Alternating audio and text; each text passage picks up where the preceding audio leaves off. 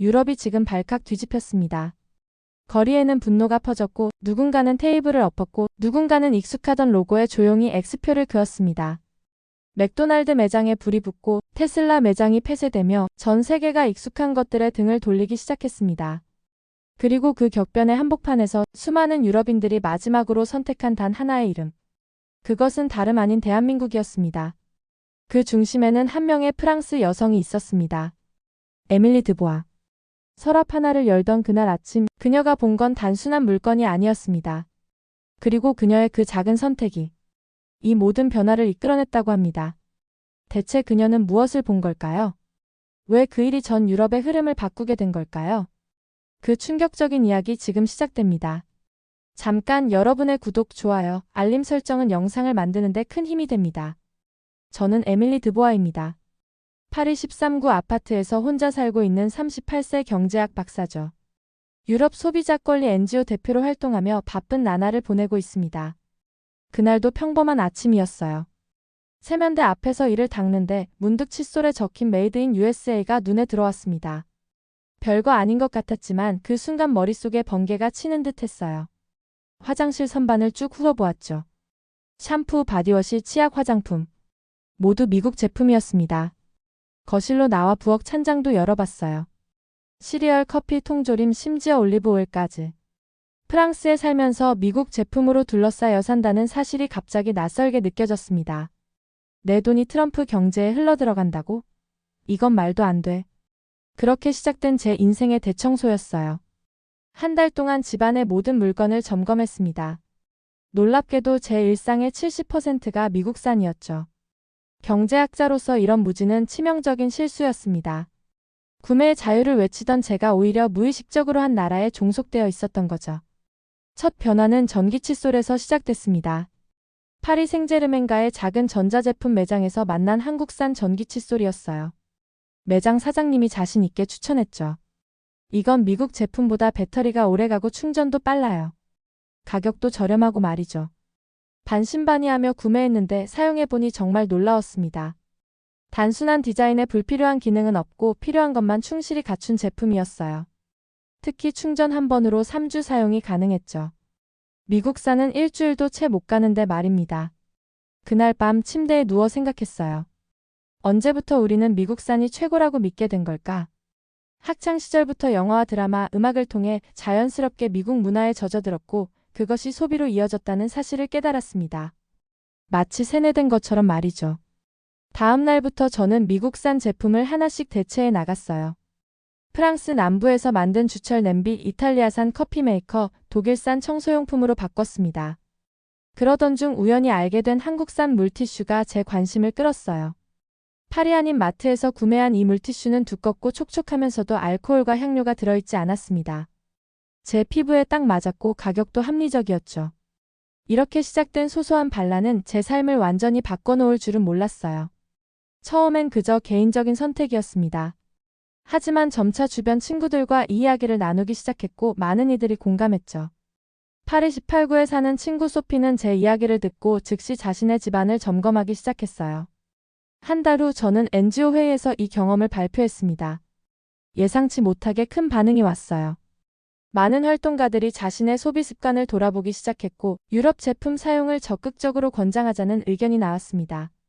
그렇게 저의 작은 발견은 점차 큰 움직임으로 발전해 갔어요. 한국산 전기 칫솔은 그저 시작에 불과했습니다.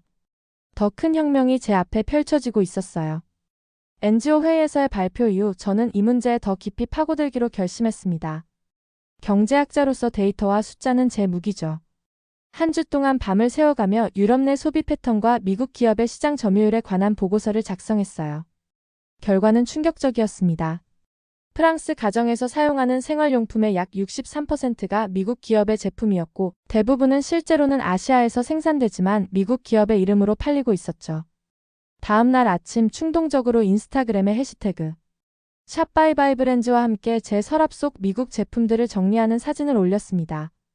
하루 만에 5,000개의 좋아요와 수백 개의 댓글이 달렸어요. 놀라웠습니다. 저만 이런 생각을 했던 게 아니었던 거죠.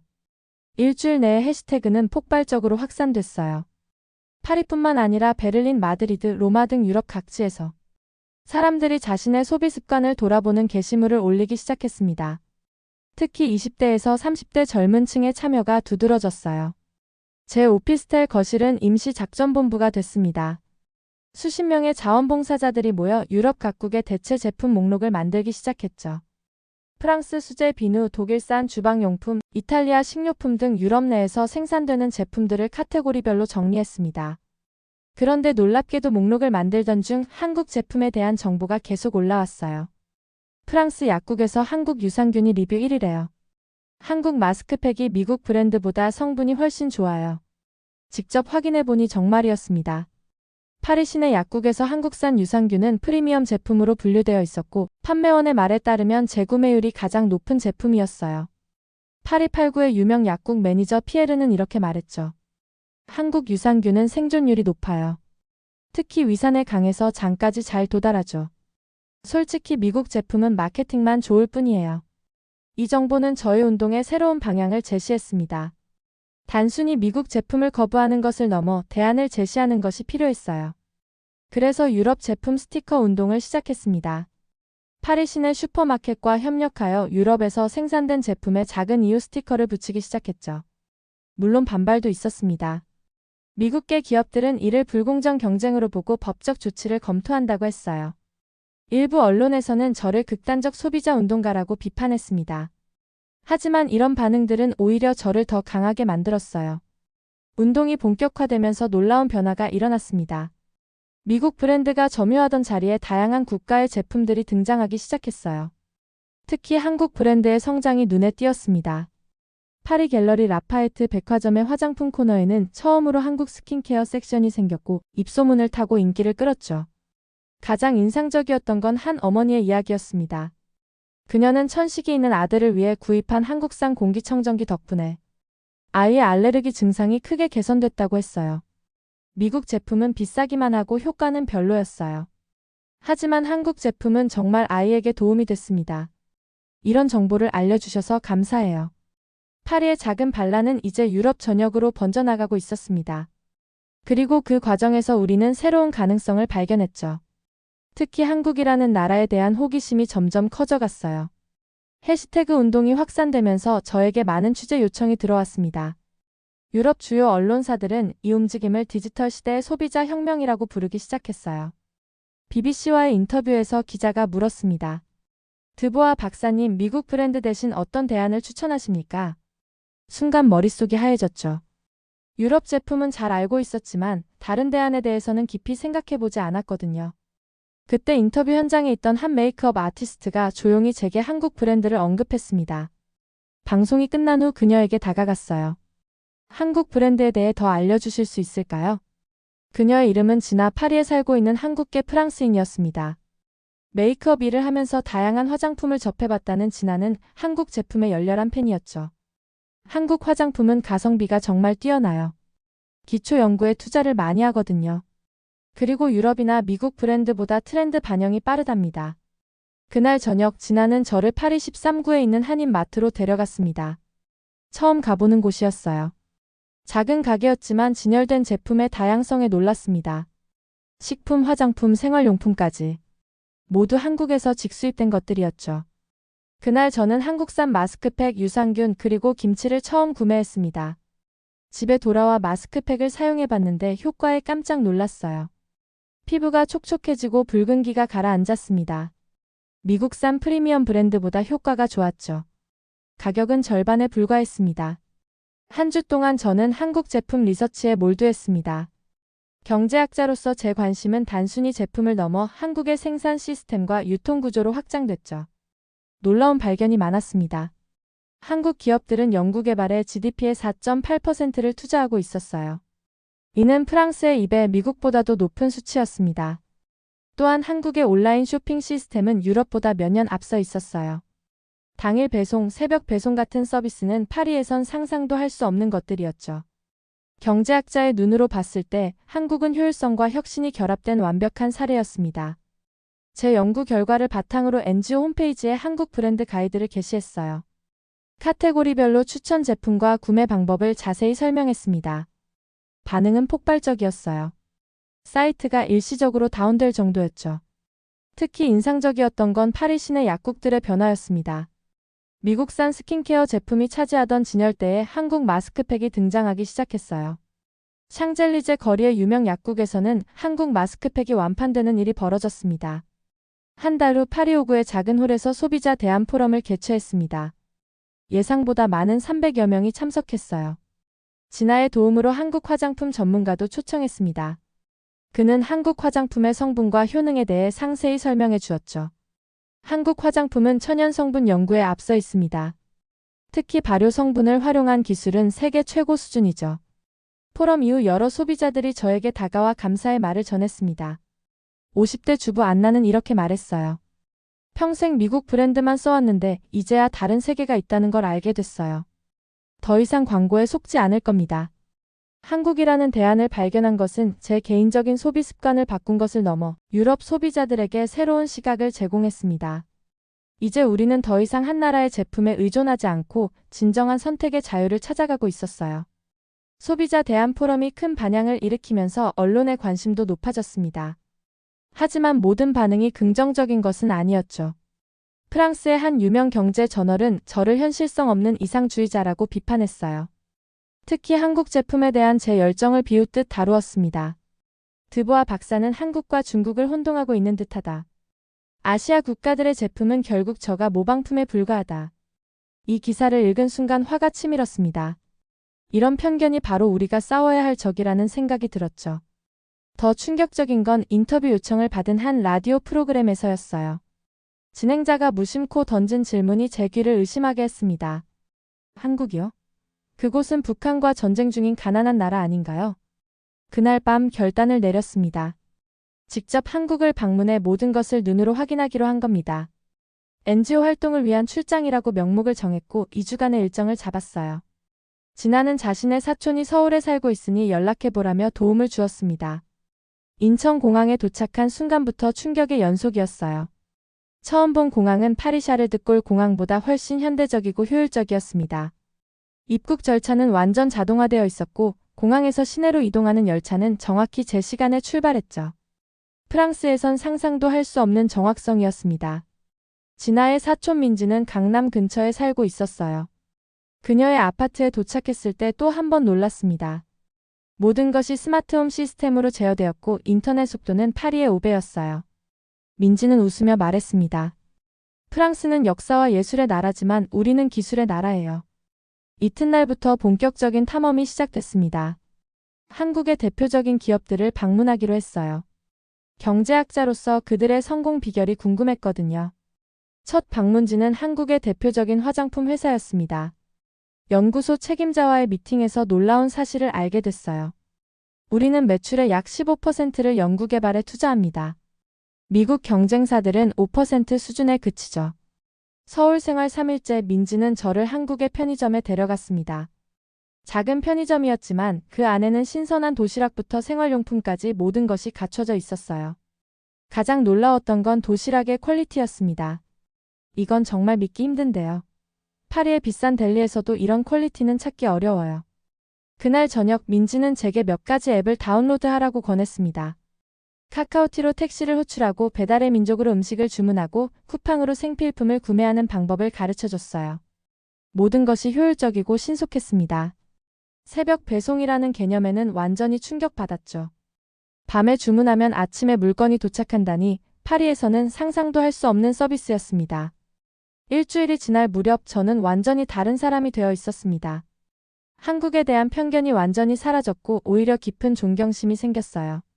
민지의 집에서 마지막 밤을 보내며 소주 한 잔을 나눴습니다. 민지, 당신 나라에 대해 제가 얼마나 무지했는지 이제야 알겠어요. 한국은 단순한 대안이 아니라 세계가 배워야 할 모델이에요. 파리로 돌아오는 비행기 안에서 저는 2주간의 경험을 정리했습니다. 한국은 제가 상상했던 것보다 훨씬 더 발전된 나라였고 그들의 제품은 단순한 대체제가 아니라 새로운 기준을 제시하고 있었어요. 집으로 돌아와 짐을 풀면서 결심했습니다. 아직 많은 사람들이 한국을 우습게 보고 있어.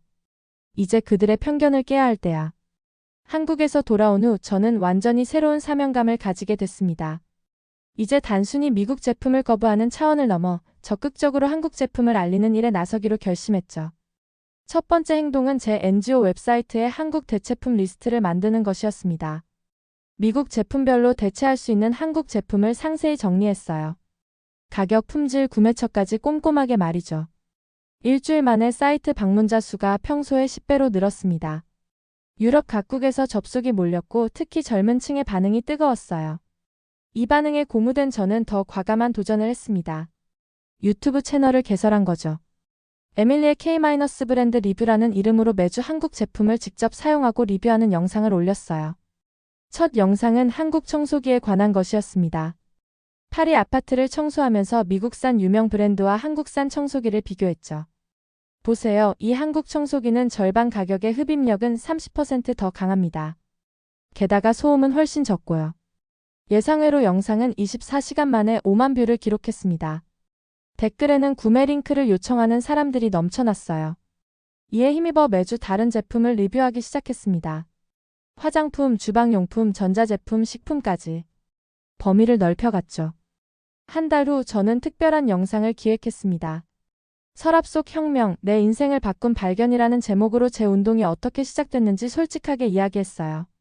이 영상이 폭발적인 조회수를 기록하며 유럽 전역으로 퍼져나갔습니다. 특히 진정성 있는 제 이야기에 많은 이들이 공감했어요. 구독자가 급증했고 3개월 만에 100만 명을 돌파했습니다. 르몽드와의 인터뷰에서 기자가 물었습니다. 드보아 박사님, 이 운동의 궁극적인 목표는 무엇입니까? 제 대답은 단호했어요. 소비자들에게 진정한 선택권을 돌려주는 것입니다. 우리는 오랫동안 자유롭게 선택한다고 착각했지만 실은 마케팅에 휘둘려왔죠. 이제 눈을 뜨고 정말 좋은 제품이 무엇인지 직접 판단할 때입니다. 운동이 확산되면서 뜻밖의 지지자들도 생겼습니다. 프랑스 최대 여성 단체에서 저에게 연락해 왔어요. 그들이 K- 생리대를 테스트했는데 미국산보다 훨씬 안전하다는 결과가 나왔다는 겁니다. 유해 화학물질이 적고 알레르기 반응도 적게 나타났죠. 하지만 성공이 커질수록 저항도 거세졌습니다. 처음엔 익명의 악성 댓글이었어요. 그러다 점차 조직적인 공격으로 변해갔습니다.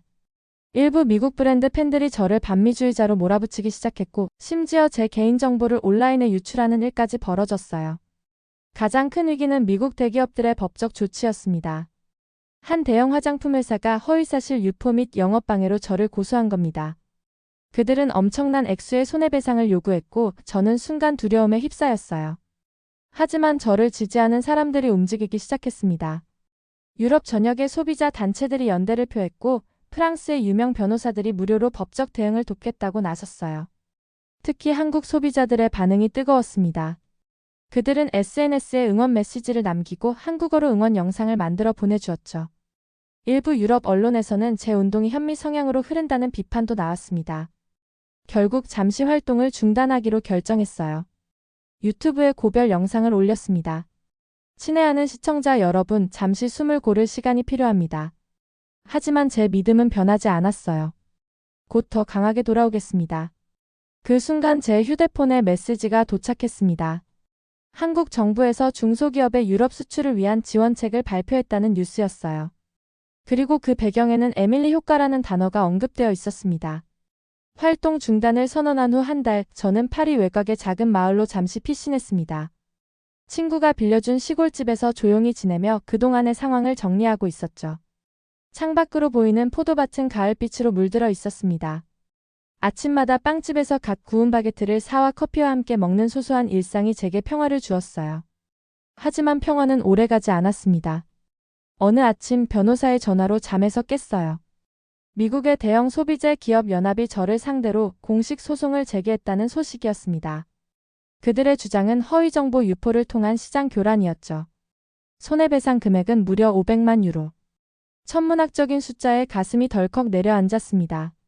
이건 그냥 소송이 아니라 협박이에요. 저를 침묵시키려는 거죠. 변호사는 침착하게 조언했습니다. 드보아 박사님, 그들은 이길 가능성보다 당신을 지치게 만들려는 목적이 큽니다. 오랜 소송전을 통해 재정적으로, 정신적으로 소진시키는 전략이죠. 소송장을 받고 저는 처음으로 두려움을 느꼈습니다. 개인인 제가 글로벌 기업들과 맞서 싸울 수 있을까요? 그날 밤 시골집 테라스에 앉아 별을 바라보며 깊은 고민에 빠졌어요. 하루는 마을 시장에서 장을 보는데 낯선 중년 남성이 다가왔습니다. 처음엔 기자인가 싶어 경계했죠. 드보아 박사님 맞으신가요? 조심스럽게 고개를 끄덕였습니다. 그러자 그는 미소를 지으며 말했어요. 저는 벨기에에서 온 장 피에르입니다. 당신 덕분에 제 회사가 살아났어요. 알고 보니 그는 벨기에의 작은 주방용품 회사 대표였습니다. 미국 대기업들에게 밀려 파산 직전이었는데 제 캠페인 이후 유럽산 제품에 대한 수요가 늘면서 회사가 회생했다는 거였어요. 그날 밤 오랜만에 제 유튜브 채널을 열어봤습니다. 활동 중단 선언 영상에 수십만 개의 응원 댓글이 달려 있었어요. 특히 한국에서 온 댓글들이 눈에 띄었습니다. 한국 소비자들이 저를 응원하는 영상 릴레이를 시작했다는 소식이었어요. 다음날 아침 심호흡을 하고 변호사에게 전화했습니다. 결정을 내렸어요. 끝까지 싸우겠습니다. 진실은 결국 이길 테니까요. 변호사는 제게 좋은 소식을 전했습니다. 유럽 소비자 연합에서 당신의 법적 비용을 전액 지원하기로 했어요. 그들도 이 소송이 소비자의 알 권리를 억압하려는 시도라고 판단했거든요. 하지만 미국 기업들의 압박은 멈추지 않았어요. 그들은 언론을 통해 저의 운동을 반미 선동으로 몰아붙이기 시작했고 일부 유럽 언론들도 국익을 해칠 수 있다며 비판적인 기사를 내보냈습니다. 파리로 돌아온 저는 기자회견을 열었습니다. 많은 기자들 앞에서 제 입장을 분명히 밝혔어요. 제 운동은 특정 국가를 반대하는 것이 아닙니다. 이건 소비자의 선택권과 정보 접근성에 관한 문제예요. 저는 미국을 미워하지 않습니다. 다만 더 나은 선택지가 있다는 사실을 알리고 싶을 뿐이죠. 한국 대사관에서 연락이 왔습니다. 대사가 직접 저를 만나고 싶다는 내용이었어요. 대사는 한국 정부의 K브랜드 글로벌 이니셔티브를 소개했습니다. 내부적으로는 에밀리 프로젝트라는 이름으로 불린다고 했어요. 지친 심신을 추스르기 위해 제네바에서 열린 지속 가능한 소비 컨퍼런스에 참석했습니다. 그곳에서 만난 국제 소비자 단체 대표들은 제게 새로운 시각을 제시했어요. 에밀리, 당신의 싸움 방식을 바꿔보는 건 어떨까요? 미국 기업에 맞서 싸우는 대신 좋은 제품을 지지하는 방향으로요. 긍정의 메시지가 더 강력할 수 있어요. 그들의 조언이 맞았어요. 제 운동은 어느새 반대에 초점이 맞춰져 있었고 그러다 보니 불필요한 갈등을 낳고 있었죠. 파리로 돌아온 저는 모든 활동을 잠정 중단하고 유튜브 채널도 비공개로 전환했어요. 이제 새로운 접근법이 필요한 때였습니다. 활동 중단 선언 후 3개월 저는 조용히 준비해왔습니다. 침묵은 곧 폭풍 전의 고요와 같았죠. 그동안 법적 공방은 계속됐지만 다행히 유럽 소비자연합의 지원으로 버틸 수 있었어요. 하지만 제가 자리를 비운 사이 시장에는 놀라운 변화가 일어나고 있었습니다. 어느 날 아침 파리 시내 대형 백화점을 방문했을 때 저는 눈을 의심했어요. 미국 브랜드들이 차지하던 주요 공간에 한국 브랜드들이 자리 잡고 있었거든요. 화장품 코너에서는 K뷰티 제품들이 프리미엄 라인으로 진열되어 있었고 가전제품 매장에서는 한국산 공기청정기와 청소기가 베스트셀러 코너를 차지하고 있었습니다. 매장 매니저 앙투안에게 물었어요. 이런 변화가 언제부터 시작된 건가요? 그는 미소 지으며 대답했습니다. 약 2달 전부터요. 미국 브랜드들의 불매운동이 확산되면서 저희도 대안을 찾아야 했어요. 처음엔 임시 방편으로 한국 제품을 들였는데 반응이 너무 좋아서 점점 공간을 늘리게 됐죠. 집으로 돌아오는 길 문득 지하철 광고판이 눈에 들어왔습니다. 한국 가전 브랜드의 대형 광고였어요. 슬로건이 인상적이었죠. 유럽인의 삶을 위한 한국의 기술, 불과 1년 전만 해도 상상할 수 없었던 광경이었습니다. 다음 날 저는 소비자 트렌드 분석 전문가인 옛 동료 마르코를 만났어요. 그는 최근 유럽 시장의 변화에 대한 흥미로운 데이터를 가지고 있었습니다. 에밀리, 이건 단순한 유행이 아니야. 구조적인 변화가 일어나고 있어. 특히 25세에서 45세 소비자들 사이에서 K브랜드는 이제 품질과 혁신의 대명사가 됐어. 그가 보여준 자료에 따르면 주요 유럽 국가에서 한국 소비재의 시장 점유율이 지난 6개월간 평균 300% 증가했다고 합니다. 특히 화장품, 가전제품, 식품 분야에서 성장세가 두드러졌죠. 가장 놀라운 건 가격 포지셔닝의 변화야. 1년 전만 해도 한국 제품은 저렴한 대안으로 인식됐지만 이제는 오히려 프리미엄 시장을 공략하고 있어. 이 변화의 핵심에는 이유 인증이 있었습니다. 많은 한국 기업들이 까다로운 유럽 인증을 획득하면서 품질에 대한 신뢰도가 높아졌고 이를 바탕으로 자신감 있게 프리미엄 포지셔닝을 시도할 수 있었던 거죠.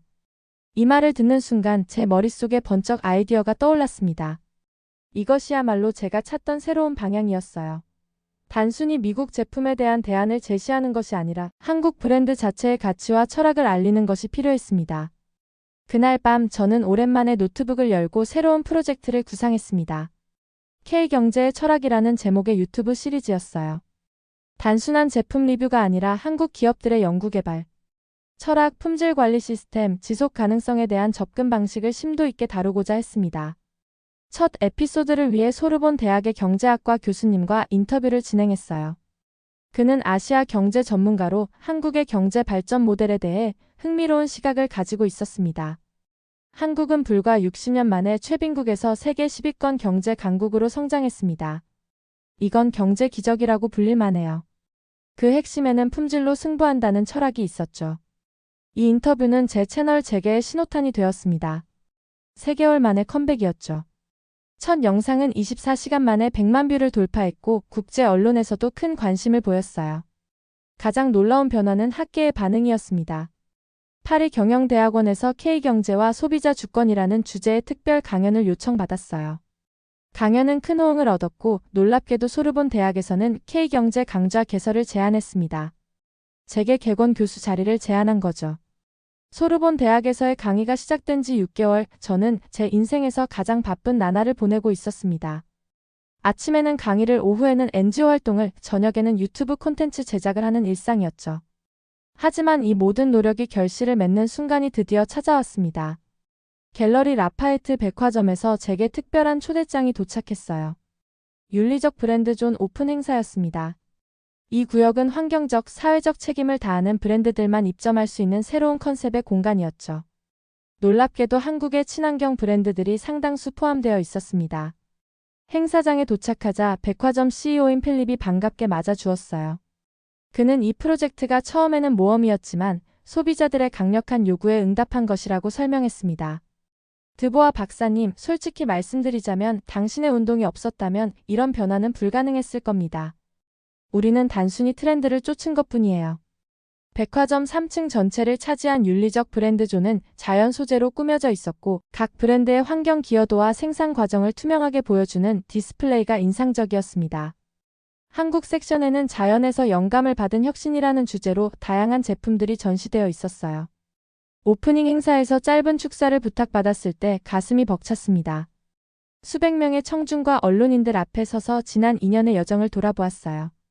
처음에는 그저 서랍 속에서 발견한 작은 배신이었습니다. 하지만 그것이 우리의 소비 습관, 나아가 우리 사회의 가치관을 되돌아보게 만들었죠. 오늘 이 공간은 단순한 쇼핑 장소가 아닙니다. 이곳은 소비자들이 자신의 선택으로 어떤 세상을 만들고 싶은지 보여주는 선언문과도 같습니다. 그날 밤 소셜미디어에서는 해시태그 코리안 얼터너티브 해시태그가 폭발적으로 확산됐습니다. 행사에 참석한 인플루언서들이 한국 친환경 제품을 소개하는 포스팅을 올리기 시작했고 불과 몇 시간 만에 수백만 개의 좋아요가 쌓였어요. 다음 날 아침 벨기에에서 온 반가운 소식이 저를 기쁘게 했어요. 유럽 21개국 소비자 단체 연합이 미국 대체 브랜드 가이드북을 공식 발간한다는 내용이었습니다. 이 가이드북에는 21개 분야별로 추천 브랜드가 소개되어 있었고 놀랍게도 그중 60% 이상이 한국 브랜드였어요. 가이드북 서문에는 제 인터뷰가 실려 있었습니다. 저는 이렇게 대답했죠. 한국 기업들은 시장 점유율보다 소비자 신뢰를 우선시했기 때문입니다. 그들은 화려한 광고 대신 제품의 품질로 말했고 소비자들은 그 진정성에 응답했죠. 한 주가 지난 후 브뤼셀에서 열린 EU 소비자 포럼에 초청받았습니다. 발표 후 EU 소비자보호 담당 위원이 제게 다가와 감사를 표했습니다. 당신의 운동 덕분에 우리는 소비자 선택권 보호에 관한 새로운 정책을 추진하게 됐어요. 포럼이 끝난 후 파리로 돌아오는 기차 안에서 창밖을 바라보며 생각에 잠겼습니다. 지난 2년간의 여정이 주마등처럼 스쳐 지나갔어요. 처음 서랍 속에서 미국산 칫솔을 발견했던 순간부터 한국 방문, 유튜브 채널 운영, 법적 소송 그리고 지금까지 제 휴대폰이 울렸습니다. 한국경제신문과의 인터뷰 요청이었어요. 그들은 에밀리 효과라 불리는 현상에 대해 특집 기사를 준비하고 있었습니다. 한국 중소기업들의 유럽 수출이 지난 1년간 243% 증가했다는 통계도 함께 보내왔어요. 파리에 도착한 날 저녁 제 아파트 초인종이 울렸습니다. 택배였어요. 발신인은 서울의 한 중학교였습니다. 상자를 열어보니 학생들이 직접 쓴 손편지와 작은 선물들이 들어 있었어요. 편지에는 이렇게 적혀 있었습니다. 에밀리 선생님께 저희 학교에서 경제 수업 시간에 선생님의 이야기를 배웠어요. 한국 제품의 가치를 세계에 알려주셔서 감사합니다. 저희도 커서 선생님처럼 멋진 일을 하고 싶어요. 일주일 후 파리 시내 한 스튜디오에서 릴스 영상을 촬영했습니다. 소셜미디어 팀이 제안한 기획이었어요. 짧지만 임팩트 있는 메시지를 전달하는 30초짜리 영상이었습니다. 저는 한국인이 아닙니다. 하지만 어떤 세상을 지지하는지는 말할 수 있어요. 저는 품질과 진정성을 지지합니다. 그것이 바로 제가 K브랜드를 선택하는 이유죠. 배경음악으로 BTS의 Answer Love Myself가 흘러나왔습니다. 영상은 단 하루 만에 1000만 뷰를 돌파했고 전 세계에서 패러디 영상이 쏟아져 나왔어요. CNN 인터뷰에서 저는 이렇게 말했습니다. 처음엔 미국을 거부했지만 지금은 한국에 끌려요. 이유? 진심이 보이거든요. 이 한마디가 전 세계를 강타했습니다. 얼마 후 유럽 소비자 보고서의 특별호 제목은 K제품은 브랜드가 아니라 태도다였어요. 한국 제품의 성공은 단순히 품질이나 가격이 아니라 소비자와의 관계 구축 방식에 있다고 분석했습니다. 서랍 속 혁명이 시작된 지 3년, 이제 저는 다시 제 서랍을 열어봅니다. 한국산 칫솔, 프랑스산 치약, 이탈리아산 면도기. 다양한 국가의 제품들이 조화롭게 공존하고 있어요. 이것이 바로 제가 꿈꾸던 세상입니다. 특정 국가를 배척하는 것이 아니라 진정한 가치에 기반한 선택이 가능한 세상 말이죠. 창가에 서서 에펠탑을 바라보며 생각합니다. 때로는 작은 깨달음 하나가 세상을 바꿀 수 있다는 것을요. 서랍 속에서 시작된 저의 개인적인 혁명은 이제 소비의 흐름을 바꾸고 유럽의 선택을 변화시켰습니다. 그리고 이 여정은 여전히 진행 중입니다. 오늘의 사연은 어떠셨나요? 긴 영상 시청해 주셔서 감사합니다. 오늘도 행복한 하루 보내세요.